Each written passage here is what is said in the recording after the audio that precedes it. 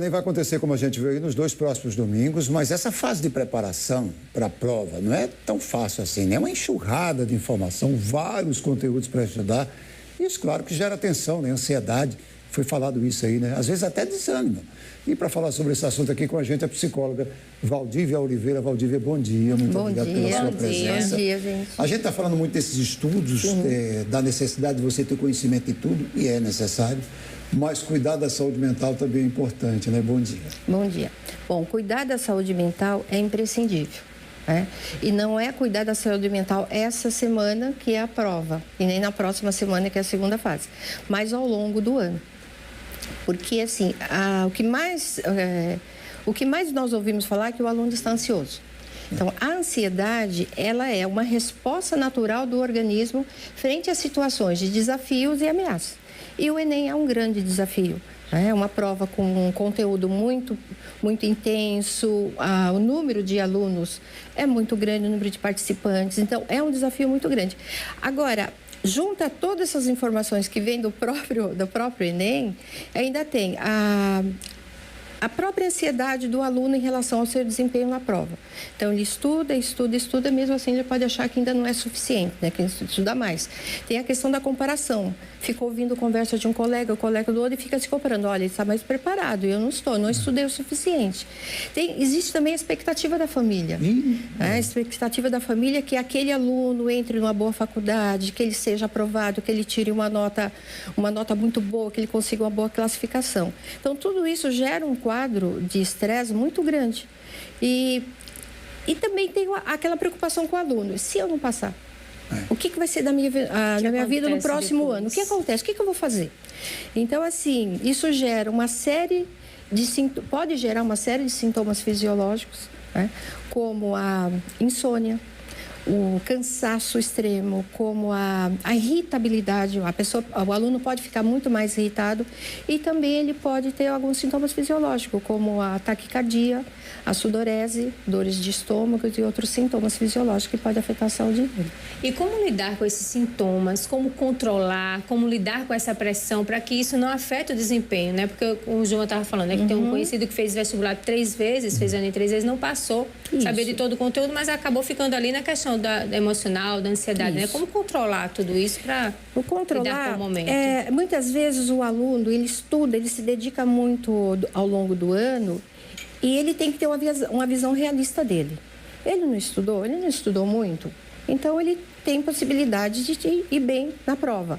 Ele não estudou, ele começou a se preparar agora no final do ano, então ele sabe que a dificuldade dele talvez seja um pouco maior. Então ele tem que ter uma visão realista de si mesmo.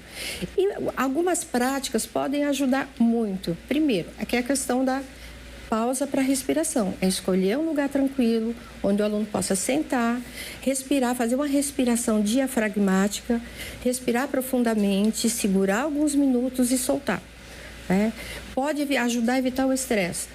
Essa semana, não vá procurar assunto novo para estudar. Fique limitado aos seus resumos, ao que você já estudou, não inventa nada novo. E outras coisas que são muito importantes.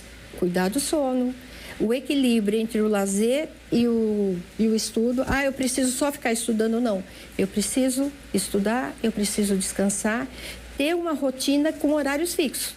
Então, essa semana, ou ao longo do ano, eu vou estudar, mas eu vou ter horário para levantar, horário para estudar, horário para me alimentar, horário para descansar, uma rotina regrada que vai dar muito mais tranquilidade e gerar menos estresse. Quando eu fiz vestibular, não sei se a Eliana passou por isso também, você tem uma realidade diferente hoje, que é a da nota das redes sociais, né? Sim. Você falou assim, procura um momento de lazer, procura fazer algo que você gosta, não só estudar. Sim. E se desligar um pouquinho das redes sociais, porque às vezes até atrapalha, né? As redes sociais, ela rouba o tempo. É o tempo que você poderia estudar. E na rede social, muitas vezes você vai ficar olhando alguma postagem, vai ficar se comparando. Entra no ciclo da comparação. Olha, aquele amigo, ele fez um cursinho lá em tal escola, aquela escola é boa. E na rede social todo mundo é perfeito, né? E na rede social tudo é perfeito. Então a pessoa fica se comparando, entra no ciclo de comparação e ele chega à conclusão de que ele não está bem e que ele não tem condições de passar. Então, assim, por exemplo, não adianta ficar estudando essa semana. Quem estudou, né? Já deu. Mas assim, quando a pessoa vai se preparar, por exemplo, uma coisa que é muito importante, muitas vezes a pessoa faz uma opção pelo curso, mas ela não tem certeza. Às vezes eu pergunto para o aluno, você se inscreveu para que curso? Eu fiz, mas eu não sei, ainda não conhece bem. Então, o que é importante? Ao longo do ano, durante o ano, a pessoa fazer uma orientação profissional, uma orientação vocacional. Por exemplo, na Estácio, né, a clínica escola ela oferece esse serviço gratuito.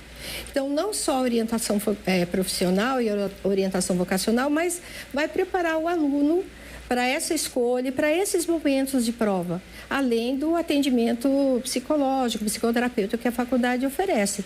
Então, assim, às vezes a pessoa não tem condições de pagar uma orientação, tem isso gratuito na faculdade. Então, isso ajuda para que ele chegue nesse momento com mais clareza. Agora, como é que os pais responsáveis, amigos, parentes, aquela rede de apoio ali mais próxima, pode ajudar e também não pressionar? Né? O que é que eles devem fazer? É chamar para ir para uma praia, não tocar no assunto, não sei se isso é pertinente, mas de repente, como é que eles podem fazer para ajudar a não aumentar ainda mais essa pressão? Porque é um papel fundamental também, né? A pressão em casa também atrapalha bastante. Então, assim, né? Nesse período, os pais, os responsáveis, a rede de apoio, é procurar criar um clima ameno, um clima de tranquilidade, um clima onde não haja cobranças excessivas, né? Há uma expectativa muito grande em relação ao aluno e evitar, eu espero que você tire a nota máxima. Olha, eu paguei um curso para você, você estudou o ano todo, você não trabalhou durante o ano, você tem que tirar uma boa nota. Muito pelo contrário, olha, eu confio em você. Independente do resultado, nós estamos com você. O seu empenho em estudar já é uma vitória. Então, assim, palavras positivas de modo que a pessoa acredite nela, que ela vai conseguir e mesmo que ela não consiga, nós estamos aqui para te apoiar. Pois mas eu acho que, além dessa questão da família, dos amigos, a autopressão que é um problema muito grande. Por exemplo, na minha época eu ficava pensando, se eu não passar, o que é que eu vou fazer no próximo ano, né? Aí eu não vou passar, mas os meus amigos podem passar. Nem o apoio deles, nem o dia a dia eu terei. É uma pressão muito grande assim. A questão da profissão, é essa que eu quero, aí junta tudo. E é uma complicação. Uma bomba relógio. É uma bomba relógio. Feliz é aquele que escolhe uma profissão que realmente não tem dúvida, né? Aí fica mais tranquilo. Mas hoje são tantas as opções, e muitas vezes a opção de que você tem talento, mas você não vai ganhar dinheiro. E aí a família fica preocupada com isso. Se você vai ter dinheiro suficiente para sobreviver. Essa questão toda pesa, Olha, tem uma coisa muito interessante que um dia eu ouvi, uma reportagem sobre o Chico Buarque, e o pai dele parece que disse para ele que ele queria muito que ele tivesse uma profissão, que ele fosse advogado, né? E que ser cantor não era profissão. Então, existe esse dilema entre o fazer o que eu gosto e dar dinheiro. Se você fizer uma coisa que você gosta, vai dar dinheiro. Vai dar dinheiro.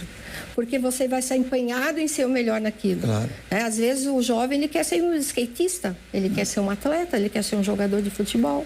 Né? Se ele tem talento, né? Se ele tem talento, é nisso que ele deve investir. Apostar, né? Apostar. E olha, começou um curso. Muitas vezes a pessoa começa um curso, ao longo do curso vai percebendo que aquele não é o curso que eu queria. Mas termina. Termina porque tudo pode ser aproveitado. Claro. Conhecimento ninguém nos rouba. Eu conheço uma amiga que no meio da faculdade de odontologia, numa universidade federal muito boa, ela desistiu. Ela queria desistir, o pai dela não desista, faça. E hoje ela trabalha na área financeira de uma empresa de como chama? Assistência odontológica, de convênio odontológico. Então, ela atua na área financeira, que é uma área que ela se encontrou perfeitamente, e o conhecimento em odontologia ajuda muito na empresa, porque ela é uma dentista. A gente quer agradecer a sua presença aqui conosco. Eu espero que a gente tenha ajudado as pessoas que estão nos assistindo agora. Que os alunos possam praticar a respiração. E uma coisa muito importante, né? Não se esqueça que você se empenhou, que você se esforçou, isso é válido. Então, não se esqueça desse mérito seu, isso é mérito seu. Perfeito. Claro, muito obrigado.